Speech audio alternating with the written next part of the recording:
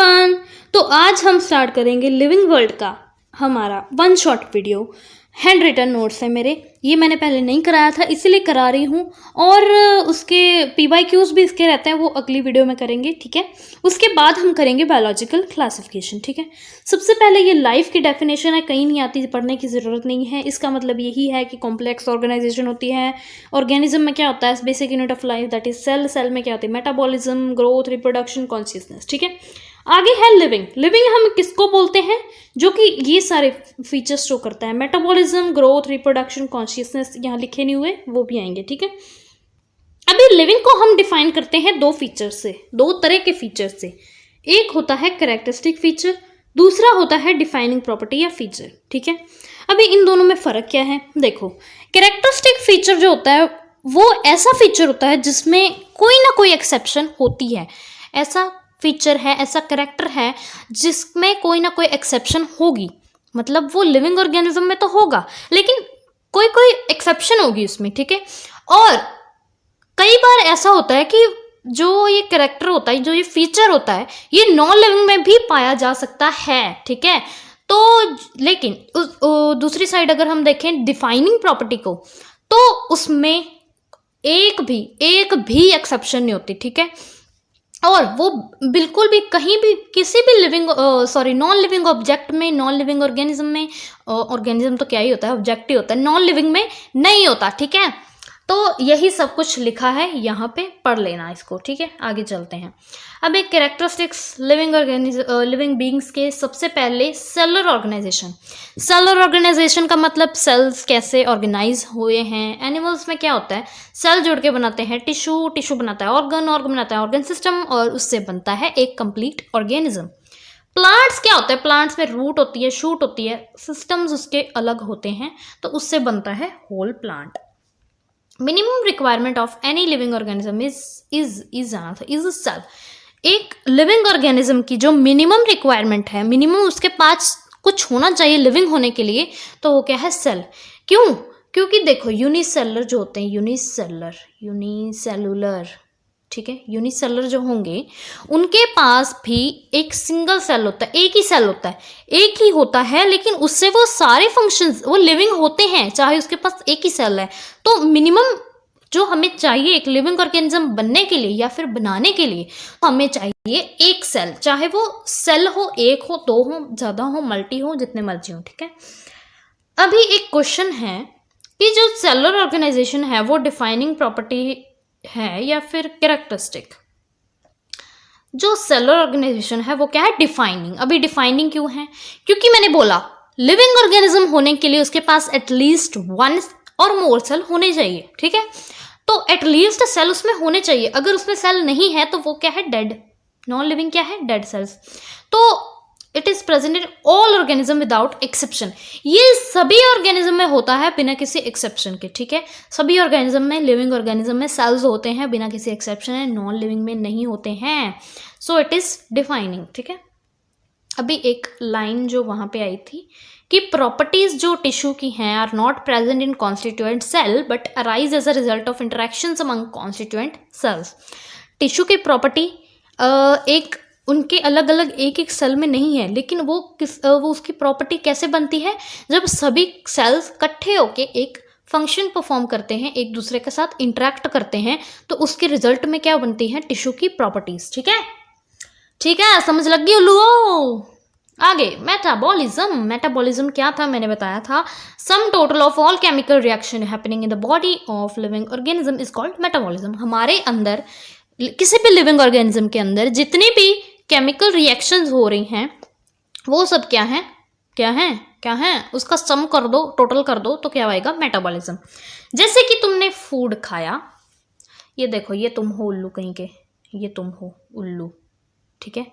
तुमने क्या करा, फूड खाया, क्या खाया, फूड खा लिया।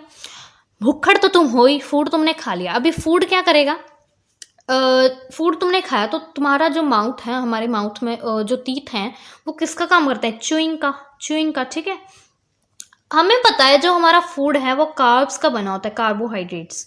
तो कार्बोहाइड्रेट्स टूटते हैं, एक कॉम्प्लेक्स से क्या बनता है, सिंपल। कॉम्प्लेक्स फूड टूट कर क्या बनाता है, सिंपल वन।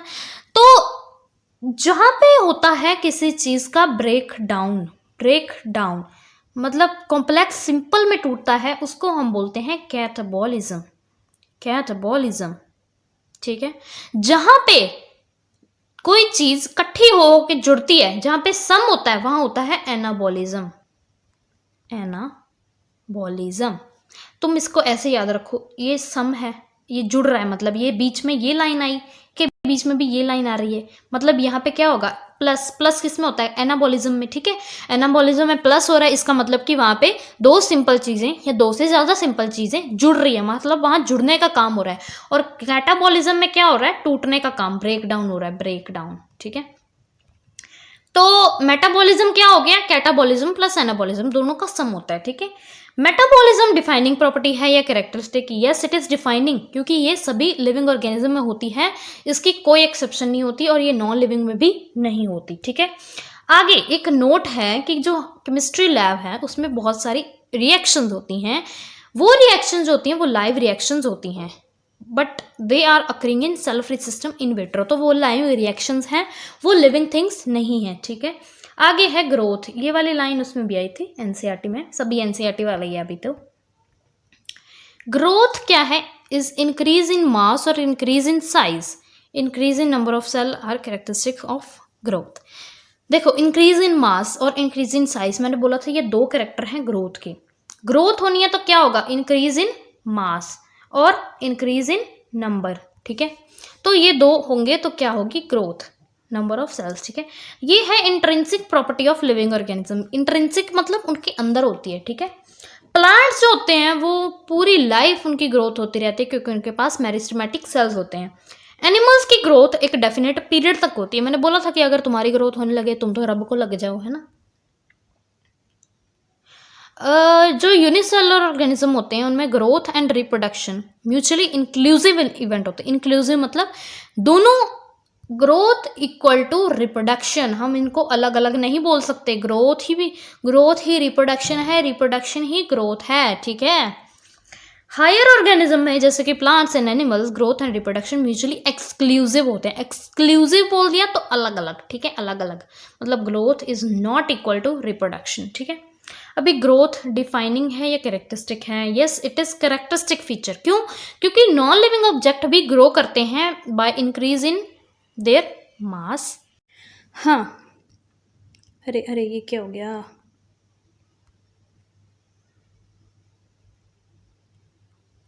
देखो अभी मैंने बोला कि नॉन लिविंग ऑब्जेक्ट्स भी क्या करते हैं, ग्रो करते हैं। अगर हम ले लें इंक्रीज इन देयर मास, उसका मास इंक्रीज होता है ना, जैसे माउंटेन्स हैं वो एक्सट्रिंसिक ग्रोथ शो करते हैं, लेकिन नॉन लिविंग में क्या होती है, लिविंग में क्या होती है, इंट्रिंसिक ग्रोथ, इंट्रिंसिक। ठीक है, अभी अगर कहीं पे ये लिखा हो कि इंट्रिंसिक,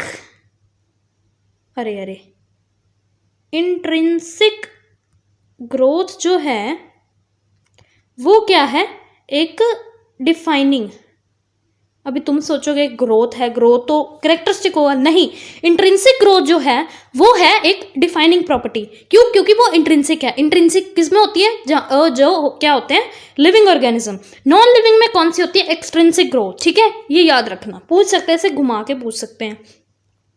तो नॉन लिविंग ग्रो करते हैं उसके ऊपर डस्ट, या अगर तुम माउंटेन्स की बात कर रहे हो तो माउंटेन्स पे मान लो स्नो इकट्ठी हो रही है तो वो बड़े बड़े होते जाते हैं। ठीक है, ग्रोथ क्या है, एक इरिवर्सिबल लिविंग ऑर्गेनिज्म में, लेकिन रिवर्सिबल होता है नॉन लिविंग ऑब्जेक्ट में। अभी तुमको ऐसे भी बोल सकते हैं इरिवर्सिबल ग्रोथ, ये क्या है, डिफाइनिंग। ठीक है, तो तुम डिफाइनिंग लगाओगे। ठीक है, आगे है reproduction. Bacteria, amoeba, growth are synonymous. Reproduction growth के साथ सिनोनिमस होती है। सिनोनिमस का मतलब तो पता है ना, खोते हो, पढ़िए इंग्लिश, सिनोनियम एंटोनियम पढ़े होंगे। तो आगे यहाँ पे लिखा है ईस्ट एंड हाइड्रा शो करते हैं budding, fragmentation filamentous, algae, spirogyra, bryophytes, fungi ये शो करते हैं। रीजनरेशन शो करते हैं प्लेनेरिया, लिजर्ड्स, ये एनिमल्स में आ गया, ये भी एनिमल ही है।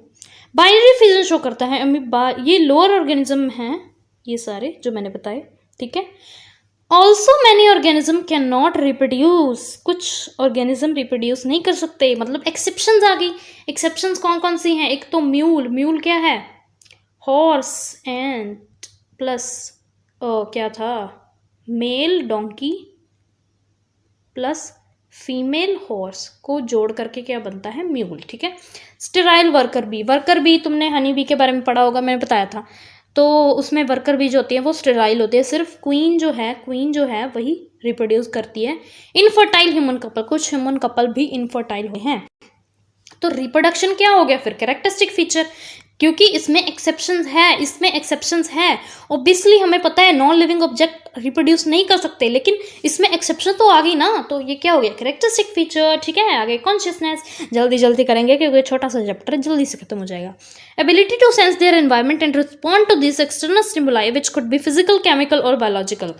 अब हमारे इन्वायरमेंट को सेंस करना, उसको रिस्पॉन्ड करना, जो हमें बाहर स्टिमुलाई मिली उसको रिस्पॉन्ड करना, वो फिजिकल हो सकती है, केमिकल हो सकती है, बायोलॉजिकल हो सकती है, ठीक है। तो उसको क्या हम बोलते हैं? कॉन्शियसनेस, ठीक है। All organism can sense and respond to external stimuli, सभी ऑर्गेनिज्म सेंस कर सकते हैं, रिस्पॉन्ड कर सकते हैं एक्सटर्नल स्टिमुलाई को।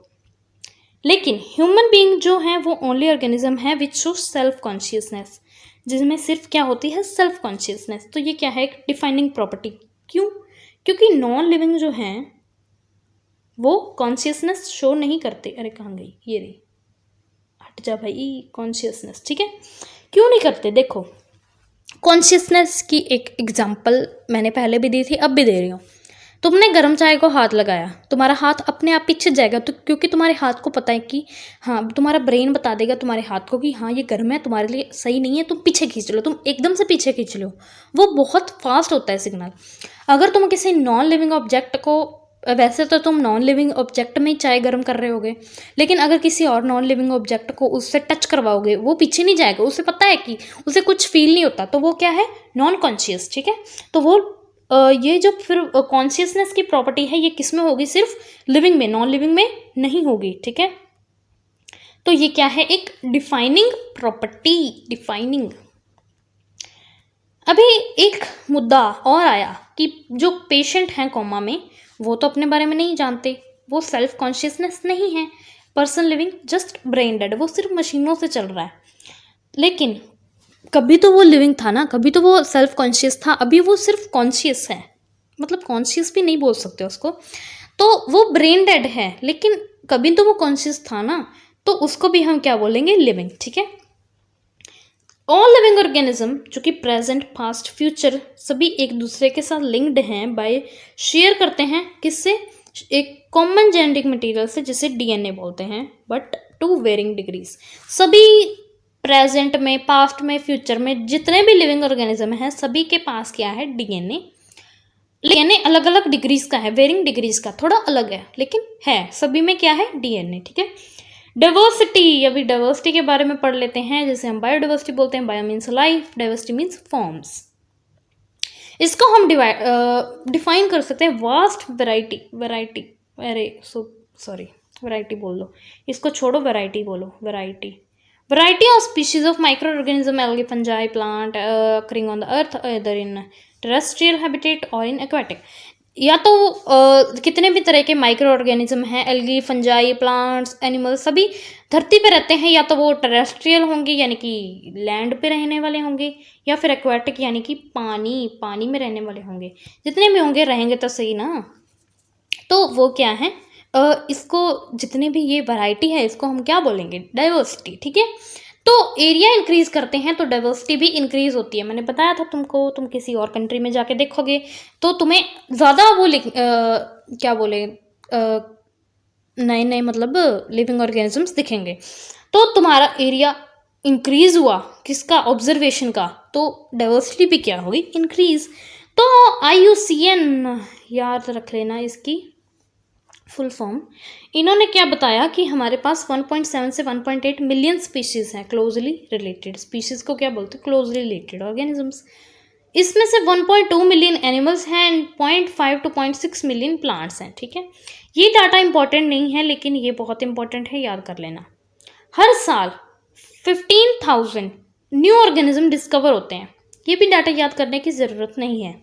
Thousands are still unknown and yet to identify, बहुत सारे हैं जो अभी हमने नहीं पहचाने, अभी हमें नहीं पता उनके बारे में। अमेजोन रेन फॉरेस्ट जो फॉरेस्ट है उसमें हम बहुत डिफरेंट स्पीशीज़ फाइंड कर सकते हैं, उसका भी हमने पूरा डिस्कवर नहीं करा है अमेजोन रेन फॉरेस्ट को, वो बहुत बड़ा है। ठीक है, आगे पढ़ते हैं टेक्सोनॉमी के बारे में। Taxonomy is the science of naming, defining and classifying group of biological organism on the basis of share character. तो ये एक साइंस है, एक साइंस की ब्रांच है जिसमें हम नाम देते हैं, डिफाइन करते हैं, क्लासीफाई करते हैं लिविंग ऑर्गेनिज्म को on the basis of their character. Taxonomy दो तरह की है, classical and modern taxonomy. Classical जो थी उसमें हम सिर्फ मॉर्फोलॉजिकल करैक्टर लेते थे, लेकिन मॉडर्न में हम external, internal structure, structure of cell, development process, ecological information सभी लेते हैं। ठीक है, हेंस जो characterization, identification, classification and nomenclature है, ये बेसिस हैं किसके? टैक्सोनॉमी के। अगर इसमें हम एक और चीज़ ऐड करते हैं टैक्सोनॉमी में तो वो सिस्टमैटिक्स बन जाएगा, और वो और चीज़ क्या है? Evolutionary history, phylogenetic relationship, phylogenetic relationship, उसको ऐड कर देंगे वो क्या बन जाएगा? लाइफ जिंगलाला। मॉडर्न टैक्सोनॉमी को इससे, ये क्या है? एंसेस्टर, जो हमारे एंसेस्टर्स होते हैं हमारे पूर्वज, फाइलॉजिकल रिलेशनशिप, ये सभी को ऐड कर दे तो क्या बन जाएगा? सिस्टमैटिक्स। सिस्टमैटिक्स के बारे में कार्ल लिनस ने बताया था अपनी बुक सिस्टेमा नेचुरा में। ठीक है, ये दिया हुआ है एनसीईआरटी में। ठीक है, सबसे पहला step identification and characterization on the basis of similarities and differences, हम इसको करते हैं। उसके बाद नोमेनक्लेचर, डूइंग नेम, नाम देना, टू गिव करेक्ट नेम, और नेम कैसा देंगे हम? Scientific name. लोकल नेम क्या है? इसमें ये जो है वेरी कर सकता है प्लेस टू प्लेस, सो इसीलिए हमें एक ऐसा नाम देना पड़ा एक लिविंग ऑर्गेनिज्म को, एक स्टैंडर्डाइज करना पड़ा नेमिंग को, जिसमें क्या हो, पर्टिकुलर जो एक ऑर्गेनिज्म है वो सेम नाम से जाना जाए इस पूरे दुनिया में। ठीक है, साइंटिफिक नेम इंश्योर करता है कि each organism has only one name, एक ही ऑर्गेनिज्म का एक ही नेम हो, और वो नाम किसी दूसरे ऑर्गेनिज्म को ना दिया जाए। ये सारा काटा हुआ है भाई। ठीक है, ऐसा मत बोलना, इतनी लंबी लाइन आ गई। Description of any organism should be simple for people, हर एक ऑर्गेनिज्म की डिस्क्रिप्शन सिंपल होनी चाहिए लोगों के लिए। उसका ये वो भी इंश्योर करते हैं कि इसका नाम जो एक ऑर्गेनिज्म का दे दिया है, जो मैंने बताया, कि वो दूसरे का नहीं होना चाहिए। अभी इसके रूल्स क्या हैं? एक है ICBN international code of botanical nomenclature, एक ये है, इंपॉर्टेंट है भाई, याद कर लेना। ठीक है, ये देती है नाम प्लांट्स को, ये नाम देती है एनिमल्स को। ठीक है, आगे ये कुछ और हैं, ये ICN भी है, ये बैक्टीरिया को नाम देती है, ये देती है cultivated plant. International code of viruses, viruses का ये है। ये इतने इंपॉर्टेंट नहीं है, लेकिन ये दो बहुत इंपॉर्टेंट है, क्योंकि ये कहाँ पे दिए हुए हैं आपकी प्यारी प्यारी सुंदर सुंदर NCERT में। ठीक है, तो रूल्स जो हैं बायोलॉजिकल नोमेनक्लेचर के, ये दो प्लांट्स एंड एनिमल्स का हम ले रहे हैं, कार्ल लिनस ने दिए थे रूल्स।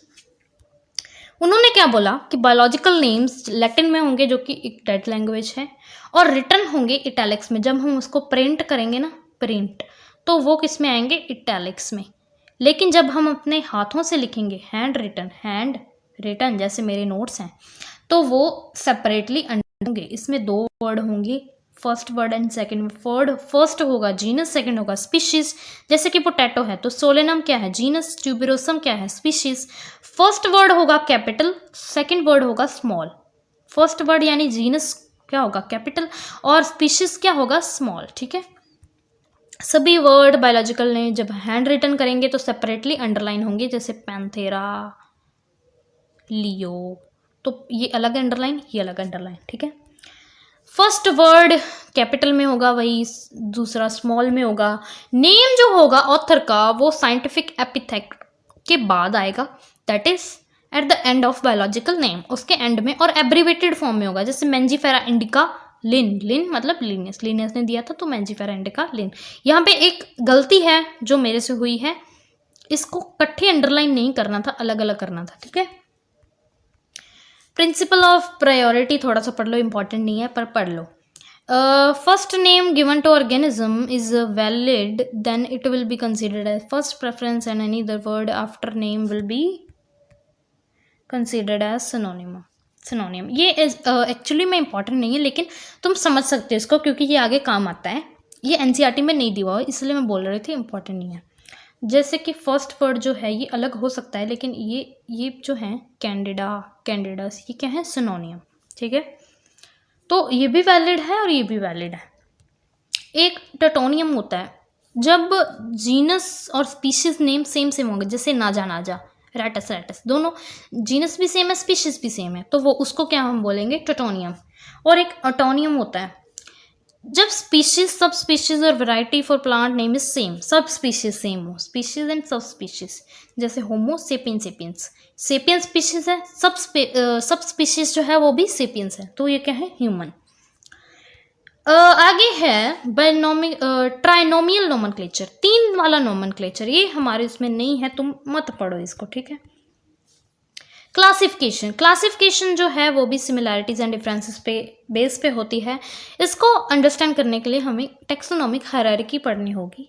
टेक्सोनोमिक हायरार्की क्या होता है? क्लासिफिकेशन एक सिंगल स्टेप नहीं है, इसमें हायरार्की ऑफ स्टेप्स होते हैं। हायरार्की का मतलब होता है, हायरार्की बोलते हैं शायद इसको, मैं ना अभी गूगल करके तुम बताऊंगी, पता है, क्योंकि मैंने पिछली बार भी हायरार्की बोला था। क्लासिफिकेशन एक सिंगल स्टेप नहीं है, इसमें बहुत सारे स्टेप्स इन्वॉल्व हैं, इसी को ऐसे स्टेप्स है ना, तो इसको बोलते हैं हायरार्की, जिसमें ऐसे बहुत सारी चीज़ें हों। हायरार्की मतलब डिफरेंट अलग अलग, इन विच ईच स्टेप, हर एक स्टेप को हम क्या बोल सकते हैं, रैंक या फिर कैटेगरी या फिर टेक्सा भी बोल सकते हैं। Species, genus, family, order, class, phylum, kingdom, ये सभी हैं इसके ऐसे मतलब क्या बोल सकते हैं, क्लासिफिकेशन के स्टेप्स, जिसमें सबसे लोएस्ट वाला है स्पीशीज, जिसमें ज़्यादा कॉमन फीचर्स होते हैं, मोर कॉमन फीचर्स, और सबसे ऊपर वाला है किंगडम, जिसमें लेस कॉमन फीचर होते हैं, लेस कॉमन, ठीक है। अरेंजमेंट इनकी देखो, ये देखो, तो देखो इसे सबसे पहले नीचे से स्टार्ट करते हैं। सबसे पहले स्पीशीज से बाद जीनस बाद फैमिली, फिर order, class, phylum, division, kingdom. Phylum किस में आएगा? एनिमल्स में। डिवीजन किस में आएगा? प्लांट्स में, ठीक है। तो अगर हम नीचे से ऊपर जाते हैं तो number of similar character decrease होंगे, क्योंकि स्पीशीज जो है इसमें ज़्यादा कॉमन कैरेक्टर्स होते हैं, कॉमन कैरेक्टर्स, ठीक है। क्योंकि इधर से हम एक अगर किंगडम की बात करें तो एनिमल किंगडम को ले लो तुम। एनिमल में कितने सारे एनिमल्स हैं, लेकिन फाइलम में डालेंगे तो अलग अलग हो जाएंगे वो। क्लास में डालेंगे फिर हम उसमें छांट लेंगे कुछ, फिर इसमें से छांटे जाएंगे, फिर फैमिली से छांटे जाएंगे, फिर जीनस से, फिर स्पीशीज से।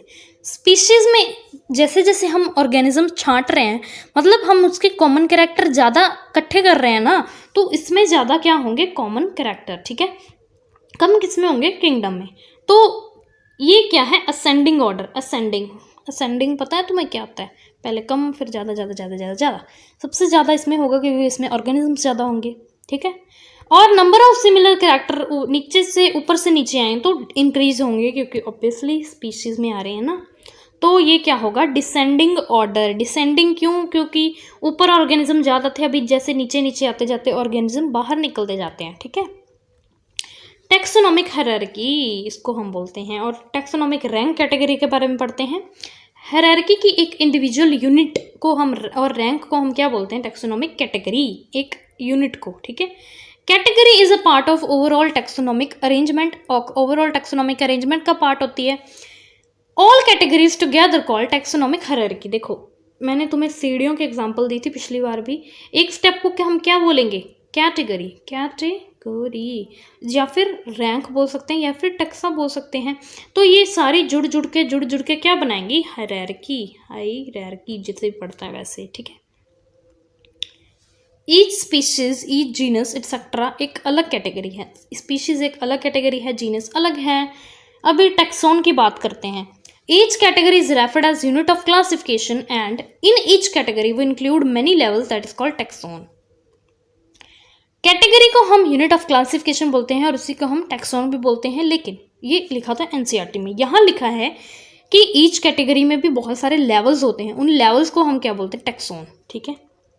जितना लोअर टेक्सा होगा उतने ज़्यादा more the characteristic that a member with in taxon shared, जितना लोअर टेक्सा होगा उतने ज़्यादा कैरेक्टर होंगे जो कॉमन होंगे। वही बात है, स्पीशीज़ जो लोअर है तो उसमें ज़्यादा कॉमन कैरेक्टर हैं, हायर होगी तो उसमें कम कॉमन कैरेक्टर होंगे, तो उसमें डिफ़िकल्टी होगी हमें फाइंड करने में टैक्सा में determining the relationship of other taxa at the same level.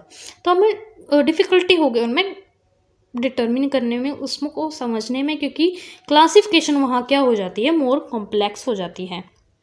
Plants में देखो कैटेगरीज क्या है, kingdom, division, class, order, family, genus, species, ठीक है।